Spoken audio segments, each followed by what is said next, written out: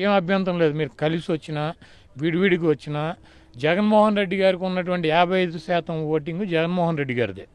మిగిలినటువంటి 45% ఓటింగ్లో మీకు ఎవడికి ఎంత వస్తుంది, ఎవడు ఎంత డిపాజిట్లు పోతే, ఎవడు ఎమ్మెల్యేకి గెలుస్తాడు, ఎవడు ప్రతిపక్ష నాయకుడు అవుతాడన్నది మీరు తేల్చుకోవాల్సినటువంటి అంశం.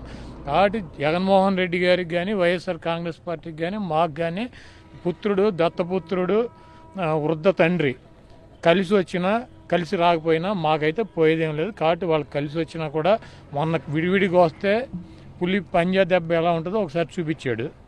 ఈసారి మళ్ళీ ఒకసారి రెండుసార్లు కలిపి అందరూ కలిసి గుంపులుగా వస్తున్నారు. కాబట్టి సింహం రెడీగా ఉంది, చాలా ఎదురు చేస్తుంది. చంద్రబాబు నాయుడు అసలు మీకు డిపాజిట్లే తక్కువ అంటున్నాడు, ఆయన ఏమో అద్భుతం జరగబోతుందని పవన్ కళ్యాణ్ అంటున్నారు. చంద్రబాబు నాయుడు సొల్లుగాడు. చంద్రబాబు నాయుడు ఒక సొల్లుగాడు. చంద్రబాబు నాయుడు ఒక నమ్మక ద్రోహి. చంద్రబాబు నాయుడు ఒక 420. చంద్రబాబు నాయుడు ఇచ్చినటువంటి మాటకి కట్టుబడినటువంటి వ్యక్తి. పచ్చి అబద్ధాలు చెప్పి మోసాలు చేసేటువంటి మోసగాడు, వెన్నుపోటుదాడు. 2019 ఎన్నికలు ముందు ఏం చెప్పాడండి? మహిళలందరూ నాకే ఓటేశారు, సర్వేలు చేసి ఇచ్చాడు ఎమ్మెల్యేలకి.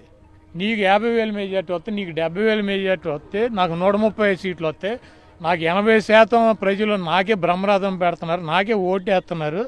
అసలు ఎక్కడ చూసినా చంద్రబాబు నాయుడు వాళ్ళు పడి ఏడుస్తున్నారని ఇదేనా చెప్పాడు? ఇప్పుడు ఏమంటాడు? 4 ఊళ్ళు తిరిగి వచ్చి జగన్మోహన్ రెడ్డికి తీవ్ర వ్యతిరేకత ఉంది, నా కోసం మళ్ళీ ఏడుతున్నారు అంటాడు. 2019లో చెప్పి నీ రాష్ట్ర ప్రజలు మర్చిపోయారా? ఛాలెంజ్లు చేసాడు, తొడలు కొట్టాడు కదా 2014లో. నాకు కాదు, 2019లో అసలు నాకున్నంత అనుకూలతే ఈ భూప్రపంచం మీద ఎవడు లేదు. మోడీని కూడా ఊదేస్తాను ఉఫ్ అని చెప్పి ఆడిని ఊదేస్తా ఈడిని ఊదేస్తా అని సొల్లుగాడు దేశం అంతా తిరిగి ప్రచారం చేశాడా? ఇక్కడ ఏమైంది? 23 సీట్లు పరిమితమైంది. ఈరోజు జగన్మోహన్ రెడ్డి మీద తీవ్ర వ్యతిరేకత ఉంటే ఇంకోటి సంకనాకటం ఎందుకు మనం వెళ్ళి?